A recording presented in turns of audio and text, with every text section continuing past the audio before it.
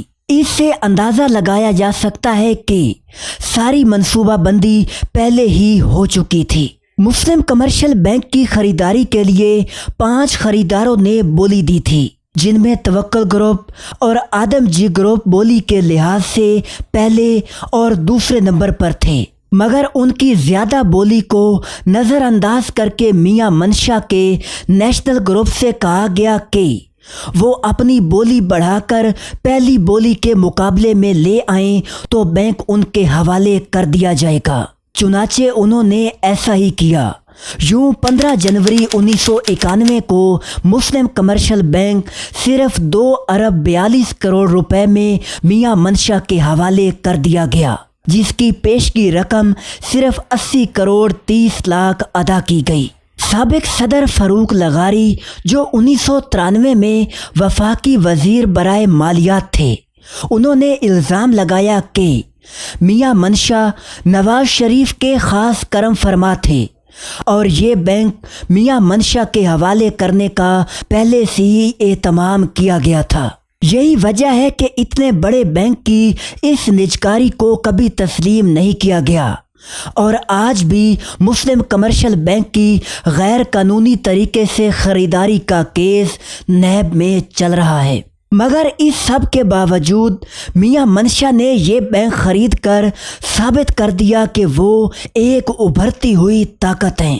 ناظرین، میاں منشا پر نوازشات کا سلسلہ یہاں تک نہ رکا، بلکہ نواز شریف کے اسی دور حکومت میں پرائیویٹائزیشن کمیشن نے کچھ اور منافع بخش صنعتی یونٹ بھی میاں منشا کو بہت کم قیمت پر فروخت کر دیے، جیسا کہ میپل لیف سیمنٹ جیسا منافع بخش یونٹ صرف 29 کروڑ 10 لاکھ میں میاں منشا کے حوالے کر دیا گیا۔ اسی طرح 1992 میں D G Khan cement factory بھی اصل سے کم قیمت پر میاں منشا کے قبضے میں آ گئی۔ میاں نواز شریف کی پرائیویٹائزیشن پالیسی کے تحت میاں منشا نے بہت ہی کم عرصے میں 5 سیمنٹ فیکٹریاں اور ایک بینک خرید لیا۔ مزید انٹرسٹنگ یہ تھا کہ جیسے ہی 5 بڑی فیکٹریاں ان کی ملکیت میں آئیں تو سیمنٹ کی قیمت آسمان سے باتیں کرنے لگی۔ یہی وجہ ہے کہ 1970 میں جس میاں منشا کا شمار ارب پتی خاندانوں میں 22ویں نمبر پر ہوتا تھا، وہی 1990 میں چھٹے جبکہ 1997 میں پہلے نمبر پر آ گئے۔ ناظرین، جب بھی پاکستان میں پاکستان پیپلز پارٹی کی حکومت آتی ہے تو میاں منشا بیرون ملک چلے جاتے ہیں اور تب تک واپسی نہیں ہوتی جب تک کوئی ڈیل نہ ہو جائے۔ 2013 میں میاں نواز شریف تیسری بار وزیر اعظم بنے تو میاں منشا ایک بار پھر طاقت میں آ گئے۔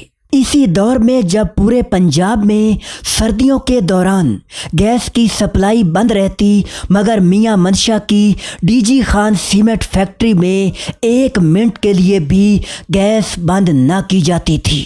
ناظرین، 2010 سے میاں محمد منشا پاکستان کے امیر ترین شخص تصور کیے جاتے ہیں۔ اس کے ساتھ ساتھ نشاط گروپ بھی 2001 سے تقریباً اب تک 55,000 کروڑ سے زائد دولت کے ساتھ پاکستان کا سب سے بڑا صنعتی گروپ ہے۔